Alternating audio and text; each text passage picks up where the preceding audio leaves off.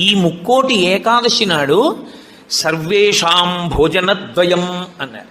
అది చాలా విచిత్రమైనటువంటి మాట. అసలు ముక్కోటి ఏకాదశి నాడు నువ్వు చెయ్యవలసినది ఏదో తెలుసా? సర్వేషాం భోజనద్వయం. ఈ శ్లోకం చాలా చమత్కారమైనటువంటి శ్లోకము. అందరూ కూడా భోజనద్వయం, 2 మాటలు భోజనం చేయండి. శ్రీచక్రం టీవీ. అదేమిటండి, సర్వేషాం భోజనద్వయం అయితే ఉపవాసం ఎక్కడుంది అందులో? మరి ఇప్పటిదాకా మమ్మల్ని పట్టుకు పీకు తినేశావు, శరీరం చెరుక్కర్రన్నావు, దీన్ని నలిపేయాలన్నావు, దీన్ని క్లేశ పెట్టాలన్నావు, ఏకాదశి నాడు పెట్టకండి అన్నావు, ఉపవాసం చెయ్యండి అన్నావు, అలా 24 ఏకాదశి 23 చేయకపోతే ముక్కోటి ఏకాదశి అయినా చెయ్యన్నావు. ఇన్ని చెప్పిన వాడివి మళ్ళీ ఇప్పుడేమంటున్నావు? ఏకాదశ్యాంతు కర్తవ్యం సర్వేషాం భోజనద్వయం. కర్తవ్యం, తప్పకుండా చెయ్యవలసిన పని.